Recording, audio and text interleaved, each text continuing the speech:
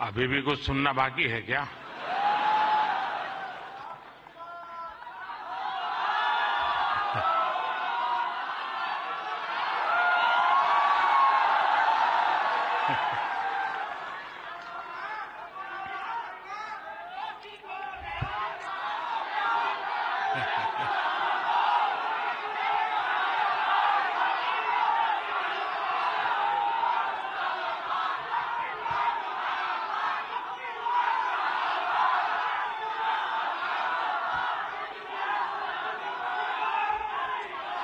कैसे हैं आप सब लोग?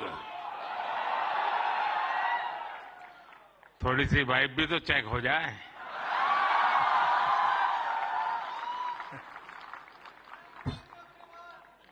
इस कार्यक्रम में उपस्थित मंत्रिपरिषद के मेरे साथी अश्विनी वैष्णव जी, जूरी मेंबर्स भाई प्रसून जोशी जी, रूपाली गांगुली जी, देश के कोने कोने से यहां उपस्थित सभी कंटेंट क्रिएटर्स, देश के कोने कोने में इस आयोजन को देख रहे मेरे सभी युवा साथी और सभी अन्य महानुभाव, आप सबका स्वागत है, आप सबका अभिनंदन है। और आप वो लोग हैं जिन्होंने अपनी जगह बनाई है और इसलिए आज उस जगह पे आप हैं, भारत मंडपम।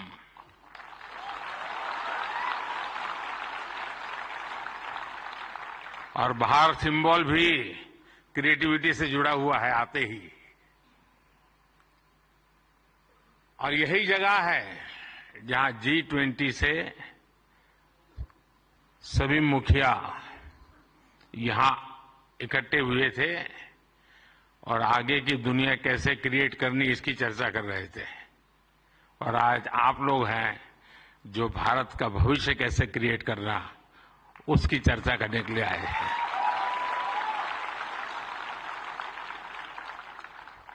साथियों, जब समय बदलता है, टाइम चेंज होता है, जब नए युग की शुरुआत होती है तो उसके साथ कदम से कदम मिलाना ये देश का दायित्व होता है।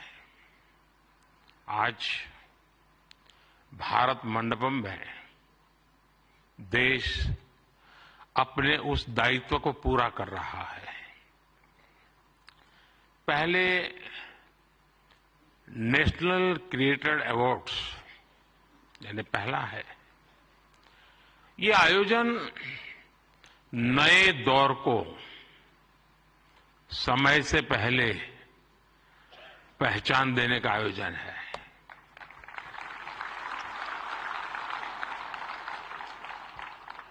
और कुछ लोग मुझे कभी कभी पूछते हैं कि आपकी सफलता का रहस्य क्या है, ऐसा मुझे पूछते हैं। मैं हर एक को जवाब नहीं देता हूं।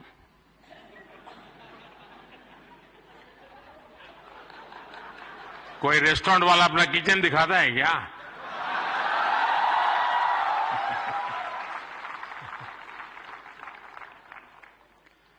लेकिन आपको मैं बता देता हूं, ईश्वर कृपा है, मैं समय से पहले समय को भांप सकता हूं। और इसलिए ये पहला ऐसा अवार्ड है जो शायद आने वाले दिनों में बहुत प्रमुख स्थान लेने वाला है।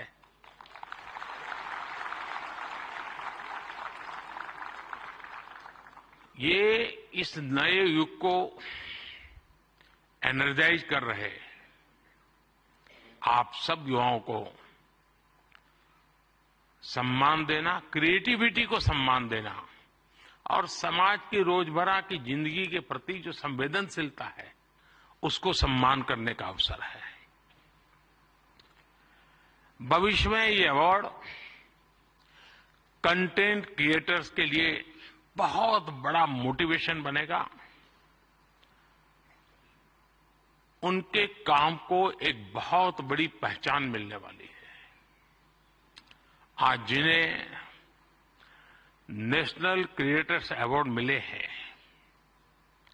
मैं उन विजेताओं को तो बधाई देता ही देता हूं, पर जिन्होंने इसमें बढ़ चढ़कर के हिस्सा लिया, क्योंकि बहुत कम समय मिला था, हम ज्यादा इस चीज को पॉपुलर भी नहीं कर पाए थे,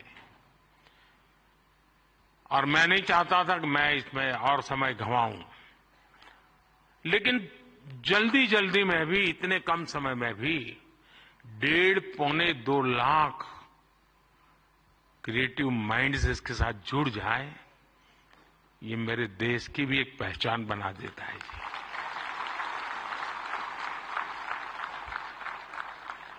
और साथियों, आज एक और पवित्र संयोग है। ये पहला नेशनल क्रिएटर्स अवार्ड महाशिवरात्रि के शुभ दिन पर आयोजित हो रहा है।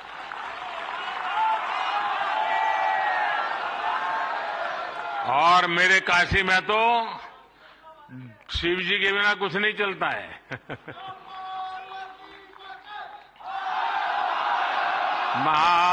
महादेव। भगवान शिव भाषा, कला और क्रिएटिविटी के जनक माने गए हैं। हमारे शिव नटराज है। शिव के डमरू से माहेश्वर सूत्र प्रकट हुए हैं।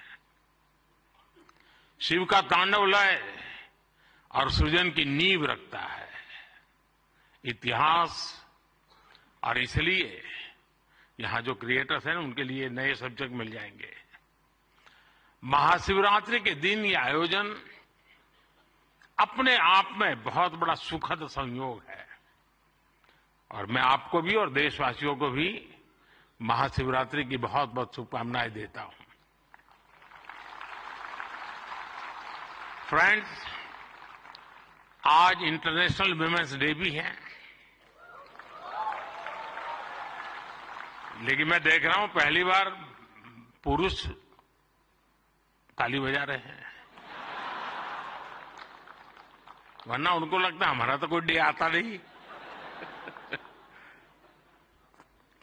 आज जो अवार्ड मिले हैं, उनमें भी बहुत सारी बेटियां मैदान मार गई हैं। मैं उनको भी बधाई देता हूं। और भी मैं देख रहा हूं क्रिएटिव वर्ल्ड में हमारे देश की बेटियां, बहुत बड़ी मात्रा में सबको देख रहा हूं। मुझे बहुत गर्व हो रहा है आप लोगों को देख करके।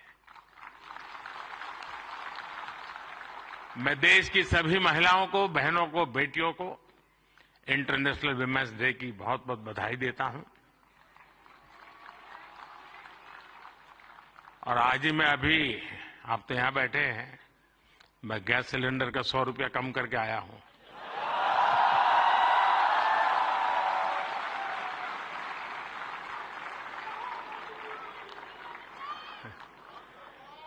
साथियों, किसी भी देश की जर्नी में किसी एक पॉलिसी डिसीजन या एक अभियान का कैसे मल्टीप्लायर इफेक्ट होता है, ये आप सबको देख करके पता चलता है। 10 साल में हुए डेटा रिवॉल्यूशन से लेकर सस्ते मोबाइल फोन्स, डिजिटल अभियान, इंडिया अभियान ने एक प्रकार से कंटेंट क्रिएटर्स की एक नई दुनिया क्रिएट कर दी है। और पहली बार ऐसा हुआ होगा जब किसी सेक्टर की युवा शक्ति ने सरकार को प्रेरित किया हो, सरकार को मजबूर किया हो कि कब तक बैठे रहोगे, इसको भी सोचो। और इसलिए भी आप बधाई के पात्र हो। आज के इस अवार्ड फंक्शन का क्रेडिट अगर किसी को जाता है तो भारत के मेरे युवा मन को, हर डिजिटल कंटेंट क्रिएटर को जाता है। साथियों, भारत का हर कंटेंट क्रिएटर एक और बात को रिप्रेजेंट करता है। हमारे युवाओं को अगर सही दिशा मिले तो वो क्या कुछ नहीं कर सकते हैं। आपने कंटेंट क्रिएशन का कोई कोर्स नहीं किया है ही नहीं तो क्या करोगे?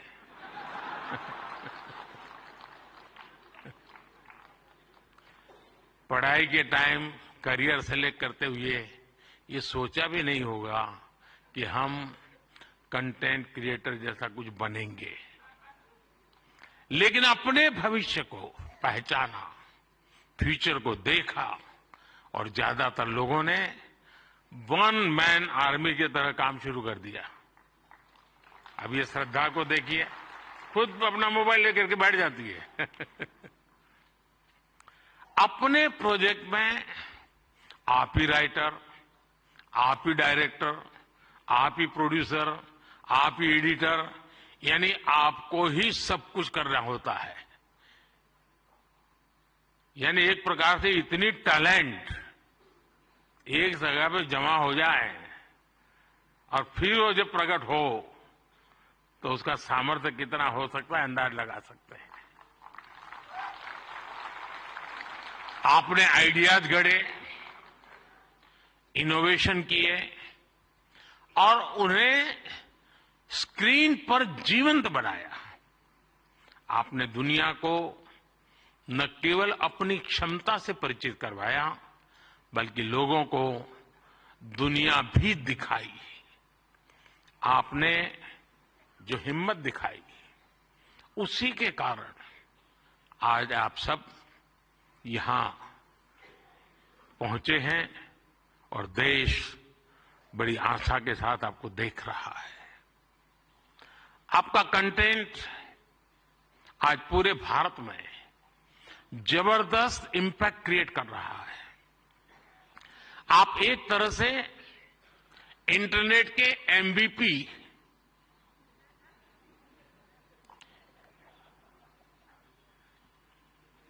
ठीक है ना? थोड़ा दिमाग खपाओ, क्रिएटिविटी बताओ अपना। जब मैं आपको एमवीपी कहता हूं मतलब मोस्ट वैल्यूएबल पर्सन बन गए। साथियों, आप सभी जानते हैं कि जब कंटेंट और क्रिएटिविटी आपस में कोलैबोरेट करते हैं तो इससे एंगेजमेंट बढ़ती है। जब कंटेंट डिजिटल से कोलैब करता है तो ट्रांसफॉर्मेशन आता है। जब कंटेंट पर्पस से कोलैब करता है तो इससे इंपैक्ट दिखता है। और आज जब आप लोग यहां आए हैं तो मुझे भी बहुत सारे विषयों पर आप लोगों से कोलैब रिक्वेस्ट करनी है।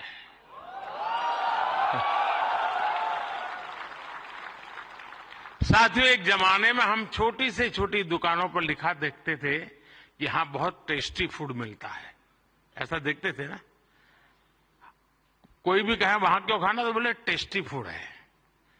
लेकिन आज हम देखते हैं कि दुकान वाले लिखते हैं कि यहां हेल्दी फूड मिलता है। अब टेस्टी नहीं लिखता है, हेल्दी फूड मिलता है। क्यों बदलाव आया? तो ये एक बदलाव समाज में भी आ रहा है। इसलिए कंटेंट ऐसा होना चाहिए जो लोगों में कृतज्ञ भाव जगाए, देश के प्रति आपके जो कर्तव्य हैं उनके लोगों को प्रेरित करें। और आपके कंटेंट का यही डायरेक्ट मैसेज हो, ये जरूरी नहीं है। आप कंटेंट क्रिएट करते हुए इसका ध्यान रखेंगे तो इनडायरेक्टली भी उसमें जरूर झलकेगा। आपको ध्यान होगा, लाल किले से मैंने बेटियों के अपमान का विषय उठाया था। एक बार मैंने ये भी कहा था कि आप बेटी शाम को घर आती है तो पूछते हैं क्यों देर से आई, कहां गई थी, क्यों जल्दी घर नहीं आई। मैंने लाल किले से पूछा था कि मुझे कोई तो माँ बाप बताओ जो अपने बेटे को पूछते हो कि तुम देर से क्यों आ रहे हो, कहां गए थे। बेटी को सब पूछते हैं, बेटे को कोई नहीं पूछता है। मैं कंटेंट क्रिएटर से कहता हूं इस बात को आगे कैसे बढ़ाएं, एक माहौल कैसे बनाएं। समान जिम्मेवारी होनी चाहिए। बेटी देर से आए तो भूकंप हो जाए और बेटा देर से आए, बेटा खाना तो खाया था ना। क्यों भाई? कहने का मेरा मतलब है साथियों कि हमने समाज के साथ जुड़ना है और इस भावना को घर घर पहुंचाने में आप जैसे साथी बहुत अच्छे ढंग से इसको कर सकते हैं। देखिए, आज महिला दिवस पर आप इस संकल्प को फिर दोहरा सकते हैं।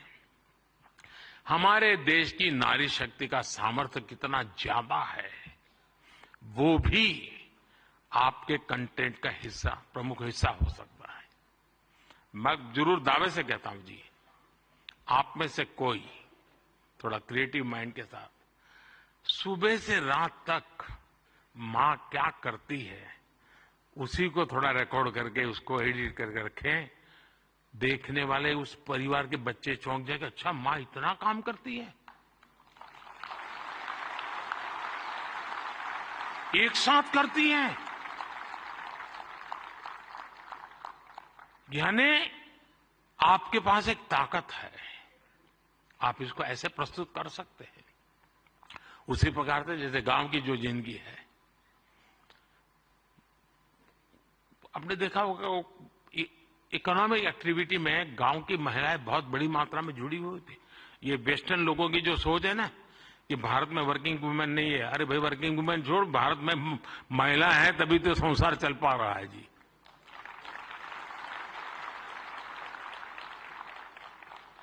गांव में आप देखेंगे इतनी इकोनॉमिक एक्टिविटी हमारी माताएं बहनें करती है।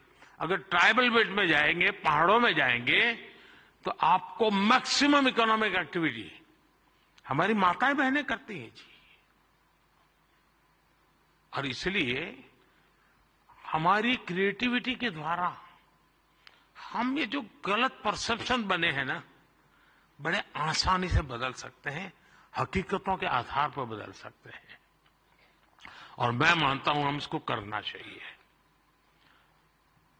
अगर एक दिन की जीवन की सिर्फ साइकिल को हम दिखाएं तो पता चलेगा कि हमारे यहां पशुपालक हो, किसान महिला हो, मजदूरी करने वाली महिला हो, कैसे काम करती, कितनी मेहनत करती है।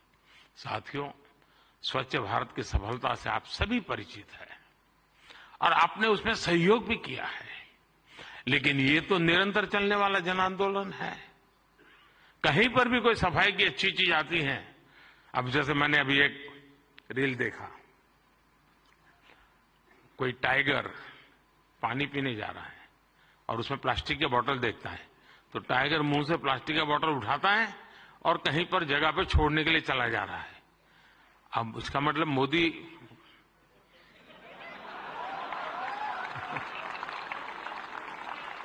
किस किस से बात पहुंचाता है, समझ गए ना?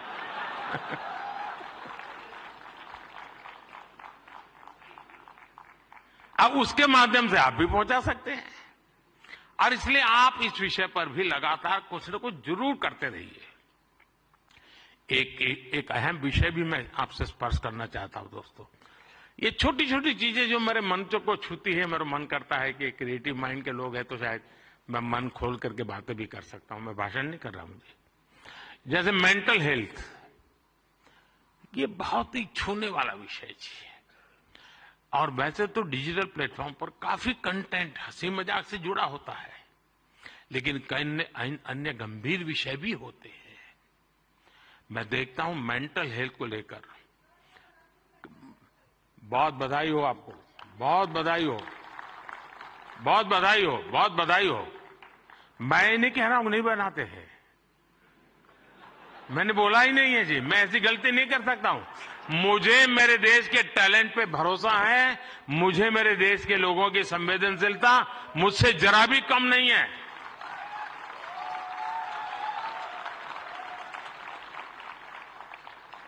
लेकिन ये ऐसे, और जो लोग इस प्रकार से सोचते हैं वो ज्यादा क्रिएटिव है, ऐसा मैं कह सकता हूं। क्योंकि मेंटल हेल्थ को लेकर काफी क्रिएटर्स बहुत अच्छा काम कर भी रहे हैं, लेकिन अभी हमें इस पर और ज्यादा काम करने की जरूरत है। और हो सके तो लोकल लैंग्वेज, गांव के अंदर एक परिवार में अगर ऐसा बच्चा है, उनके लिए क्या हो सकता है? बड़े शहर में 5 स्टार दुनिया में तो होगा, क्योंकि उनकी जिंदगी में ये बहुत जरूरी है जी।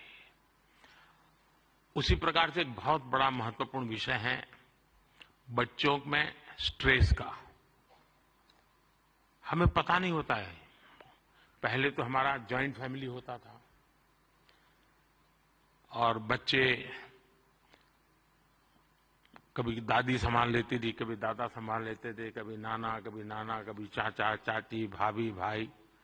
अब माइक्रो फैमिली है, दोनों लोग चले गए हैं, आया के पास बैठा है, पता नहीं उसको स्ट्रेस का क्या स्थिति है, कुछ पता नहीं है। अब जैसे एग्जाम का समय होता है, स्टूडेंट्स में रिजल्ट को लेकर के चिंता बहुत बढ़ जाती है, सांस फूलने लग जाती है। रिजल्ट आने वाला, फोन पर दोस्तों तो कह रहे जैसे रिजल्ट अभी आ गया हो, लेकिन धीरे धीरे धीरे पारा गर्म हो जाता है। मैंने कोई 12-15 साल पहले एक छोटी सी फिल्म देखी थी। उस जमाने में तो उतना वीडियो कोई पॉपुलर नहीं था, लेकिन मेरी ये रुचि है जानना, समझना, सीखना। और उसमें ये बताया गया था कि कुछ भी गलत निर्णय लेने से पहले बेहतर जीवन जीना ज्यादा आसान है और कितना जीवन सुंदर बनता है। और उस बच्चे को एग्जाम देनी होती थी, उसको लगता है ये सब मैं नहीं कर पाऊंगा, तो आत्महत्या करने के लिए सोचता है। शायद उसके जो क्रिएटर होंगे उसको याद आ जाएगा, मुझे पूरा याद नहीं, क्योंकि मैंने 15-16 साल पहले इसको, 20 साल हो गए होंगे। तो उसको मन करता है कि मैं रस्से से टांग करके जान दे दूं, तो रस्सा खरीदने जाता है। तो वो उसे पूछता है कितने फीट चाहिए लंबा, तो वो सोचता है फीट क्या होता है, तो जाके पढ़ाई करता है, फीट ऐसे होता है। फिर वो कहता है उसको वो हुक चाहिए, तो लोहे का चाहिए, कैसा चाहिए, उसकी पढ़ाई का। फिर उसके ध्यान में आता है यार मरने से ज्यादा तो पढ़ना सरल है। बहुत ही अच्छी फिल्म बनाई है उसने, हार्डली 7-8 मिनट की होगी। लेकिन जब मैंने उसको देखा, और वो ये जो आत्महत्या करने का मूड बन जाता है बच्चों का, छोटी सी चीज है लेकिन उसकी जिंदगी को एक नई राह दिखा देती है। अब आप भी जानते हैं मैं परीक्षा पे चर्चा का कार्यक्रम करता हूं। आपको लगता है कई लोगों को मजाक उड़ेगा क्या यार के प्राइम मिनिस्टर है, बच्चों के साथ परीक्षा पे चर्चा करता रहता है, फालतू समय का। मैं जानता हूं दोस्तों, मैं कोई सरकारी सर्कुलर निकाल करके बच्चों की जिंदगी नहीं बना सकता। मुझे उनके साथ जुड़ना पड़ेगा, उनको जानना पड़ेगा, जी जान से जुटना पड़ेगा। और उस समय यानी बारिश के बाद अगर मैं खेत में काम करूं तो काम का है, परीक्षा के दिनों में उसकी बड़ी ताकत होती है। और इसलिए मैं हर साल रेगुलरली ये कार्यक्रम करता हूं, क्योंकि मेरे मन में यही होता है कि इन बच्चों के साथ मैं कुछ बातें करूं, खुल करके बातें करूं। हो सकता है किसी को एक आध चीज काम आ जाए, उनके मन को छू जाए, उनका हाथ पकड़े, उनकी हैंड होल्डिंग करे, उनके माँ बाप को लगे, टीचर को लगे। साथियों ये सारे काम मैं तो रील बनाने के लिए समय नहीं निकाल सकता, तो मैं ऐसे काम कर लेता हूं, लेकिन आप तो वो भी कर सकते हैं जी। क्या हम ऐसा कंटेंट और ज्यादा बना सकते हैं जो यूथ में ड्रग्स के नेगेटिव इफेक्ट्स को लेकर अवेयरनेस लाए?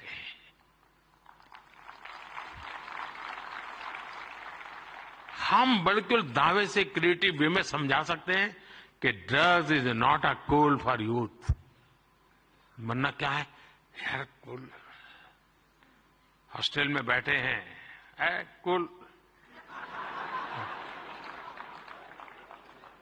साथियों इसमें बहुत बड़ा, और आप लोग हैं बड़े, क्योंकि आप उनके साथ जुड़ सकते हैं, उनकी भाषा में बात कर सकते हैं। साथियों अगले कुछ दिनों में लोकसभा के चुनाव होने जा रहे हैं। आप ये मत सोचिए कि आज का ये इवेंट इसके लिए है।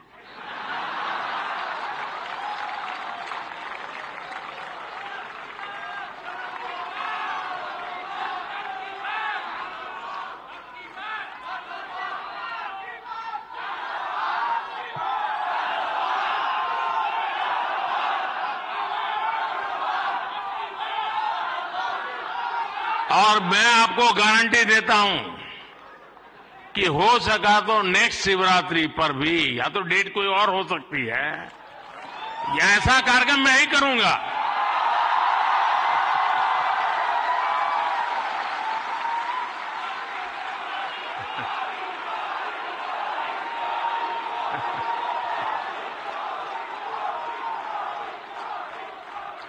लेकिन मैं लोकसभा चुनाव का विषय उस अर्थ में नहीं लाया हूं, क्योंकि मुझे भरोसा है मुझसे ज्यादा मेरे लिए आप मरते हैं।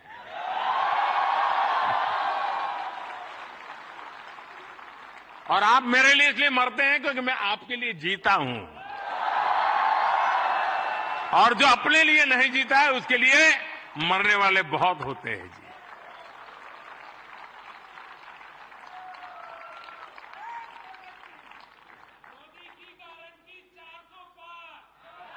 वो मोदी की गारंटी नहीं है, 140 करोड़ देशवासियों की गारंटी है।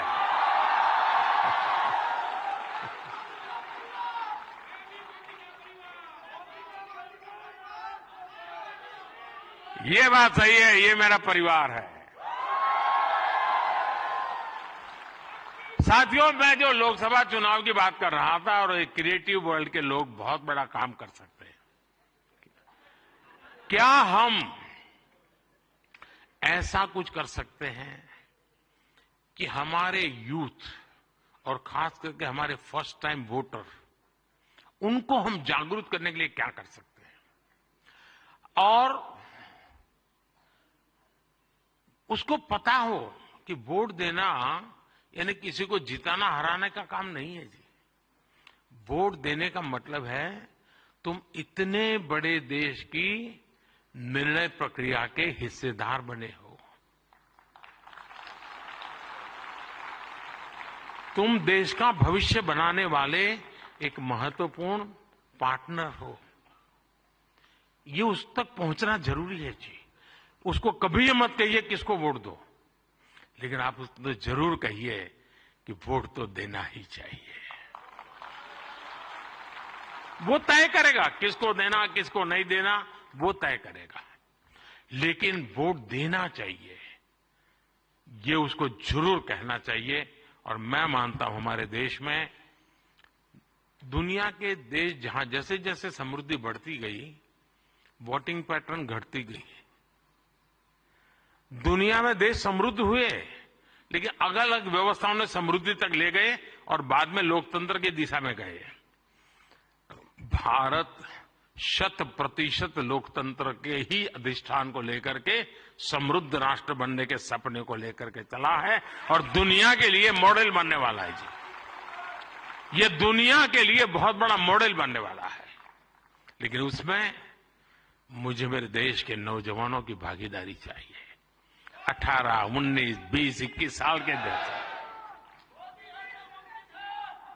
साथियों, हम अपने आसपास देखते हैं कि जो दिव्यांगजन होते हैं, स्पेशली एबल्ड होते हैं, उसमें बहुत प्रतिभा होती है, टैलेंट होता है। आप उनके लिए भी एक बड़ा माध्यम बन सकते हैं, उन्हें सपोर्ट कर सकते हैं। हमारे दिव्यांगजनों में जो इनहेरेंट ताकत होती है, उसे बाहर लाने की आवश्यकता है। उसे भी सोशल मीडिया की शक्ति से जोड़ने की जरूरत है। साथियों, एक और विषय है भारत का इन्फ्लुएंस, भारत के बाहर और ज्यादा बढ़ाने का। आज दुनिया में आप में से जो भी परिचित होंगे विश्व के साथ, आज भारत का तिरंगे का बहुत आन बान शान है, भारत के पासपोर्ट की आन बान शान है कि नहीं है? है ना? आपने देखा होगा यूक्रेन से बच्चे जब निकल रहे थे, तिरंगा झंडा दिखा दिया, काम चल जाता था जी।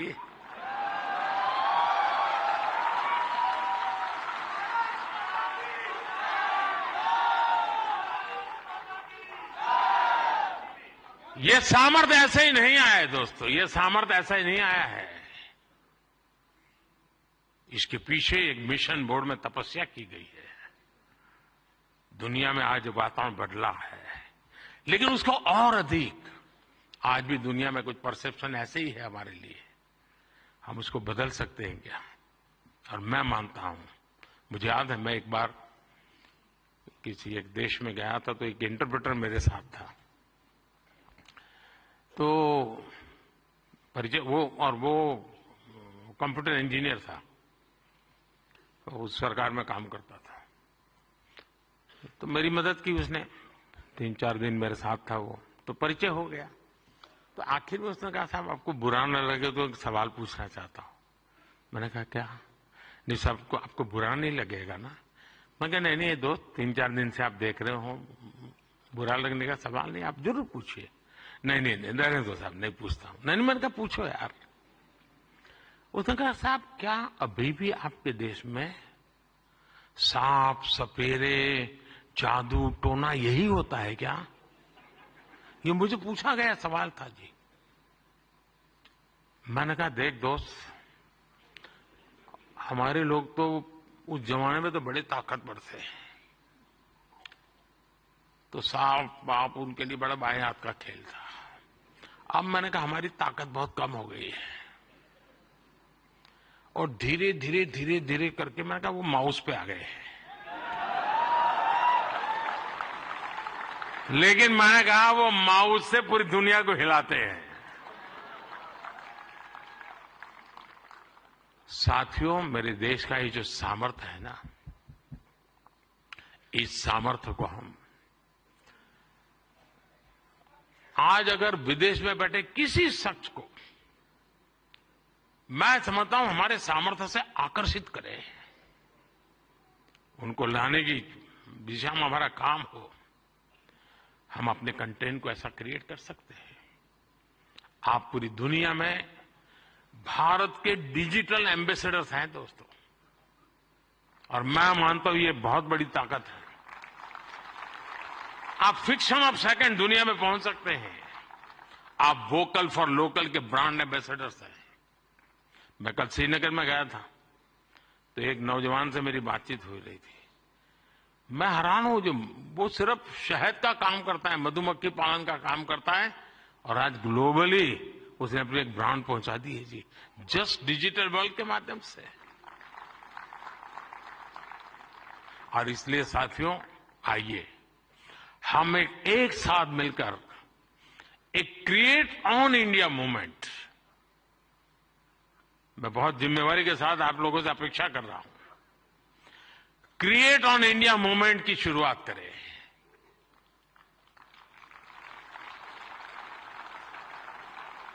हम भारत से जुड़ी स्टोरीज को, भारत की संस्कृति को, भारत के हेरिटेज और ट्रेडिशंस को पूरी दुनिया से शेयर करें। हम भारत की अपनी स्टोरी सबको सुनाएं। Let us create on India and create for the world. आप ऐसा कंटेंट क्रिएट करिए जो आपके साथी, आपके देश, हम सबका देश, भारत को भी ज्यादा से ज्यादा लाइक्स दे। और इसके लिए हमें ग्लोबल ऑडियंस को भी एंगेज करना होगा। दुनिया की यूनिवर्सिटीज के साथ, दुनिया के नौजवानों के साथ जुड़ना होगा। आज पूरी दुनिया में लोग भारत के बारे में जानना चाहते हैं। आप में से कई लोग विदेशी भाषा को जानते हैं, नहीं जानते होंगे तो आपको एआई की मदद से काम हो सकता है। कुछ लोग सीख भी सकते हैं। आप ज्यादा से ज्यादा यूएन लैंग्वेज में, जर्मन, फ्रेंच, स्पेनिश जैसे लैंग्वेजेस में कंटेंट बनाएंगे तो आपकी और भारत की भी रीच बढ़ेगी।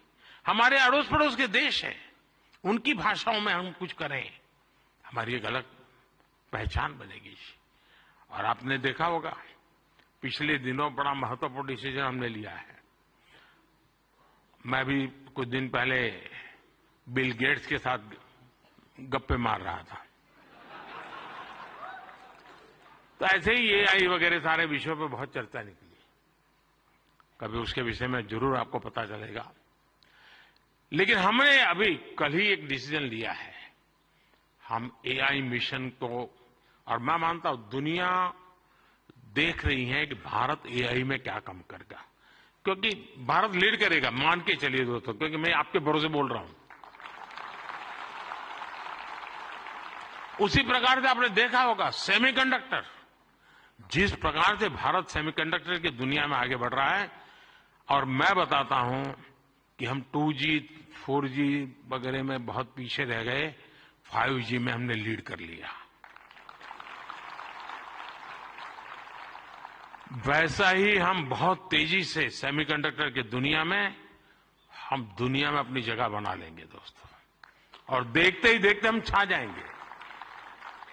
और ये मोदी के कारण नहीं, मेरे देश के नौजवानों के कारण, मेरे देश के टैलेंट के कारण। इतना सामर्थ्य है। मोदी तो सिर्फ अवसर देता है, रास्ते से कांटे हटा देता है, ताकि मेरा देश का नौजवान तेज गति से आगे बढ़ चले। और इसलिए मैं चाहता हूं, जैसे हमारे पड़ोस के देश हैं, उनकी भाषा है, उनके साथ उनकी सोच समझ के अनुकूल हम जितनी चीजें पहुंचाएंगे, मैं समझता हूं हमारा नाता और जुड़ेगा। हमें अपना विस्तार करना है, अपना प्रभाव पैदा करना है दोस्तों, और ये क्रिएटिव वर्ल्ड बहुत अच्छी तरह कर सकता है।